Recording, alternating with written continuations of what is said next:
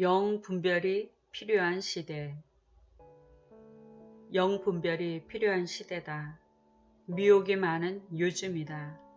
유명 목회자라고 해서 그의 말을 무조건 신뢰하기보다는 정말 주님의 뜻을 따라 메시지를 전하는 것인지 아니면 인본적으로 전하는 것인지 분별할 필요가 있다. 다수가 옳은 게 아니라 하나님을 따르는 소수의 편에 서서 조롱과 무시를 받을 진정한 신앙인인지를 솔직히 나도 어정쩡할 때가 많아 주님께 죄송하다. 이번에 미국 대선을 지켜보면서 처음에 많이 헷갈렸다. 무엇이 부정선거이고 하나님이 세우는 지도자가 트럼프가 맞는지 구분이 되지 않았다. 여론만 본다면 그의 부도덕한 부분이 강조되어 그냥 상대편 후보가 당선되어야 하는 게 옳은 것 같았다. 방송에서는 이미 바이든의 당선을 축하하고 있었다. 그러나 영적으로 깨인 분들의 유튜브 방송을 보니 계속 트럼프를 지지하고 있었다. 이럴 때는 나도 주님께 여쭈어서 내가 어떤 방향으로 기도해야 할지 아는 것이 중요하다. 주님께 트럼프에 대해 말씀을 달라고 구했다. 잠시 후 주님은 사사기 4장 15절을 보라고 감동을 주셨다. 여호와께서 바락 앞에서 시스라와 그의 모든 병거와 그의 온 군대를 칼날로 혼란에 빠지게 하심에 시스라가 병거에서 내려 걸어서 도망한지라. 사사기 4장 15절. 이스라엘을 괴롭히는 야빈의 군대 장관 시스라를 치라고 여선지 드보라가 바락 장군에게 하나님의 뜻을 전했다. 그러나 그는 두려워 드보라가 같이 가면 싸우겠지만 드보라가 가지 않으면 싸우지 않겠다고 했다. 그리하여 같이 전쟁에 나갔다. 하나님은 바락을 승리하게 하셨다. 그럼 하나님께서 트럼프를 세우신다는 뜻일까? 며칠 후에 다시 한번 주님께 여쭈었더니 이번에는 신명기 33장이 떠올랐다. 모세가 죽음을 앞두고 이스라엘 12지파를 축복하는 내용으로 여수론에 왕이 있다고 하셨다. 곧 하나님이 왕이시다. 그 중에서 다가오는 구절이 있었다. 여수론이 이어 하나님 같은 이가 없도다. 그가 너를 도우시려고 하늘을 타고 궁창에서 위엄을 나타내시는도다. 영원하신 하나님이 내 처소가 되시니 그의 영원하신 팔이 내 아래에 있도다. 그가 내 앞에서 대적을 쫓으시며 멸하라 하시도다. 신명기 33장 26, 27절. 말씀을 볼 때는 하나님이 트럼프를 도와 대적을 쫓으신다는 뜻 같다. 그것이 지금인지 다음번인지 잘 모르겠다. 미국에 부정선거가 있다고 미국 방송에서는 다루고 있다. 이제는 미국을 위해 기도할 때 그 나라의 정의가 무너지지 않고 기독교인들이 깨어나길 눈물로 기도한다. 더불어 지난번에 우리나라에서 치른 4.15 선거를 언급하지 않을 수 없다. 정치적인 부분은 잘 모르나 주님이 주신 말씀이 있었다.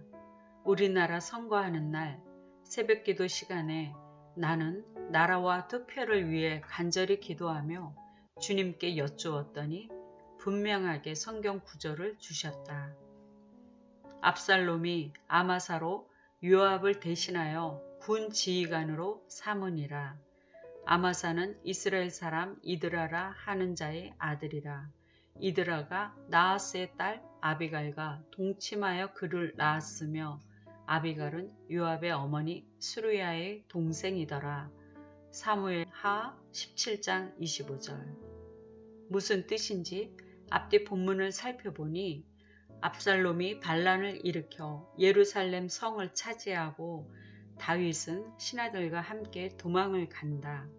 압살롬은 반란으로 나라를 세우고 요압 대신 아마사를 군 지휘관으로 삼았다. 비정상적인 방법이었다. 그런데 선거 후에 계속 부정선거가 거론될 때마다 내게 주신 이 성경 구절이 자꾸 떠올랐다.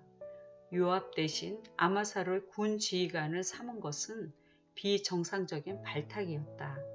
그 의미가 연결되어져 이 나라를 위해 어떻게 기도해야 할지, 하나님의 뜻이 무엇인지 알고 기도해야 하는지를 분별한다. 얼마나 혼탁한 세상인지, 기독교 안에서도 분열과 싸움은 끊이지 않는다. 심지어 집에서도 의견이 갈라짐을 느낀다. 혹시 내가 잘못 생각하고 있는 건 아닌가? 행여 거짓 선지자의 길로 갈까 가장 두려워함으로 주님께 다시 여쭈었다. 그랬더니 에베소서 3장 12절에 감동을 주셨다. 우리가 그 안에서 그를 믿음으로 말미암아 담대함과 확신을 가지고 하나님께 나아감을 얻느니라. 에베소서 3장 12절. 나야말로 조심스럽고 두려움도 많아 늘 주님의 음성을 들어도 잘 표현하지 못하고 주저할 때가 많다. 특히 정치적인 부분에 대해서는 그렇다. 그런데 주님은 담대함과 확신을 가지고 하나님께 나아가라고 하신다.